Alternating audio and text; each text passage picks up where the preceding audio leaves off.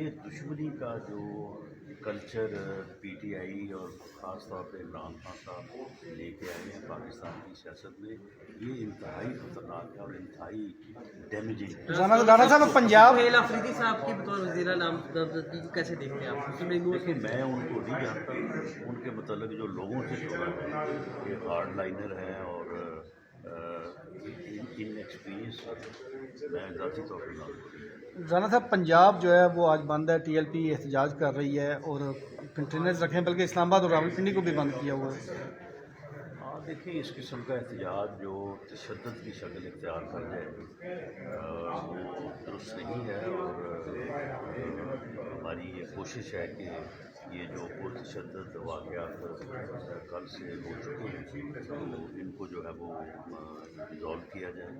اور یہ تشدد جو ہے وہ نہیں ہو۔ حماس کی لیڈرشپ نے ایکسیپٹ کر لی ہے جب یہ معاہدہ ہوا ہے، تو پنجاب یا وفاقی حکومت ان سے مذاکرات کیوں نہیں کر رہی تاکہ معاملات کلیئر ہو جائے؟ نہیں، میں سمجھتا ہوں کہ دیکھیے فلسطین میں جو یک طرفہ ظلم ہو رہا تھا، سب سے ٹاپ پرائورٹی تو یہ کہ جو ظلم بند ہو، بچے مر رہے تھے، خواتین مر رہی تھی، بے گناہ شہری ہلاک ہو رہے تھے، تو چلیں ٹھیک ہے وہ جو بھی معاہدہ ہوا ہے وہ بعض لوگوں کو اس کے اوپر ریزرویشن ہیں، لیکن وہ ریزرویشن اپنی جگہ پہ،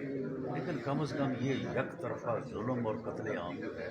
یہ بند ہونا چاہیے، اور اگر یہ بند ہوتا ہے تو باقی چیزیں جو ہے وہ بعد میں دیکھ لی جائیں گی۔ میرا خیال ہے کہ اس ایشو کے اوپر جو ہمارے دور سے احتجاج کر رہے ہیں یا کرنا چاہتے ہیں انہیں اس چیز کو پیش نظر رکھنا ہے۔ رانا صاحب لاسٹلی بتا دیں کہ پیپلز پارٹی سے معاملات کب تک فائنل ہو جائیں گے؟ پیپلز پارٹی سے معاملات ہمارے